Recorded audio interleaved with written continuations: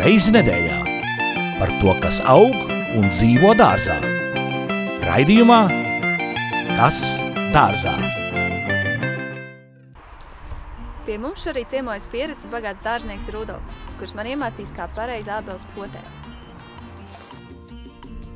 Lai gan šobrīd ābeles potēt ir nedaudz par vēlu, mēs to vēl paspējām izmēģināt un parādīsim arī jums, kā pats var izveidot savu ģimenes koku. Tas ir uz katra koka zara uzpotēt savu atšķirīgu ābolu šķirni. Aicinājām palīgā dārznieku Rudolfu.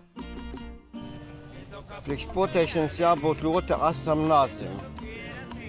Nazim jābūt tādam, kad pārbauda vai matiņas griež, tad ir derīgs, ja negriež, tad nav derīgs, tad nav sekmīga potēšana. Priekš potēšanas nedara brūču ziedi kokiem, tas jau uz kaut kādas, viņi notek siltumā, un tad aizsaks ar potcām un potzaru un nepieaug. Jāņem ir pozeri, kas ir bišu vaska pamatu, pēc senās receptes. Stingra dezinfekcija nenotek un nelaiž mitrumu pie potējuma, jo lielākais trūkums un mīnus, ka potē tas lietus vai mitrums, kas tiek pēc potēšanas starp potējuma vietā. Tas ir viss, un apsiešanai vislabāk izmantot ir cilvēkiem ar domātos tās leikoplasus, laikam leikoplasus. Pozeriem jābūt bez lapām, viņam jābūt glabātiem pagrabā vai mitrās, tādā 0 grādos un guļošiem, nevis ar lapām. Guļoši tāpēc viņi jābūt, lai tiem pozeriem neiekāls. Ja lapām potē vai vienādā vecumā, tad ļoti bieži viņi iekāls. Sula cirkulācijas laikā, tieši tagad ziedēšana, kad zied, tad ir vislabākā potēšana. Un potē apmēram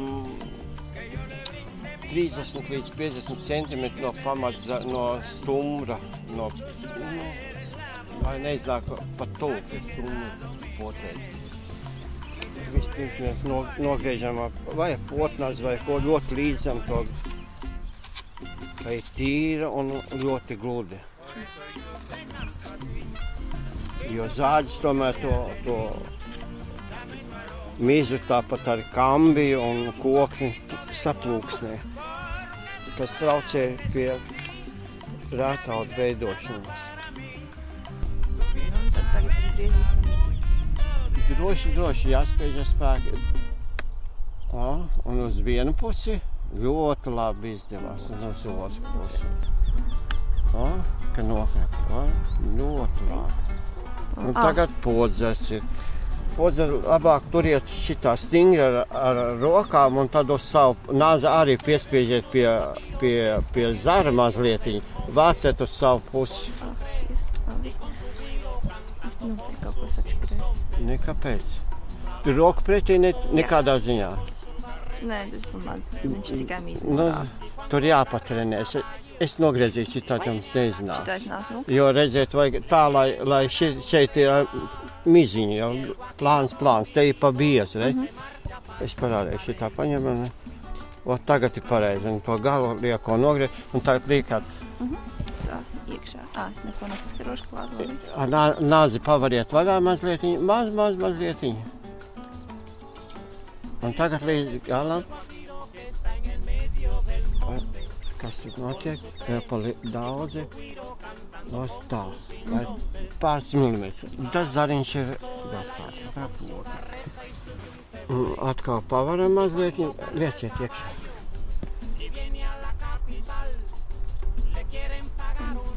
Un lai paliek tāds mēnesiņš. Palika? Jā, palika.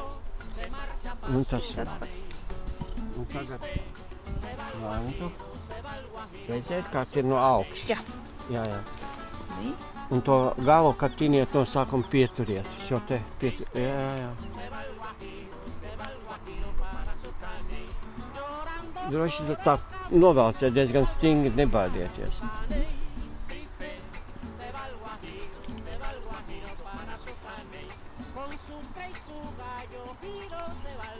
Vēl zemāk. Jā. Nu, jātaup. Jā. Labi, tad nozīk. Pagriežam nost. Un pārbaudām, vai stingri stāv. Stingri nevar izvilkt. Pamēģini. Jā. Tā, tas ir pareizi. Un tagad es mēru arī droši šitā no vienas puses, no otras, un pēc tam apīkst izlīdzina. Jo te tāda cauruma, un tos visus vajag, lai ūdens tur netiek. Vispirms uz pocām, kā saka, vairāk. Jā. Tā svīstu smēri. Uz šeienes smēriet uz tā. Ok. Tā, droši. Un viss tikai ar nāzi neatskrieši. Un tagad uzliekat cepurīt mazliet uz tiem zaļiem. No šīs puses, man liekas, vēl vajadzētu. Un to... Vai ne? Jā. Cepurītes. Lai neiekās.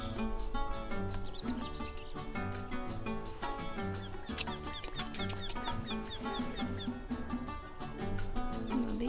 Vai. Droši, jā, lai turās. Lai Un tagad tu smēri. Un tagad izlīdzināt ar pirkstiņu visu, lai nekāda tukšuma tur nav. Un to Tā pašu ir lendīt. Jā, šeit uz leju, šeit.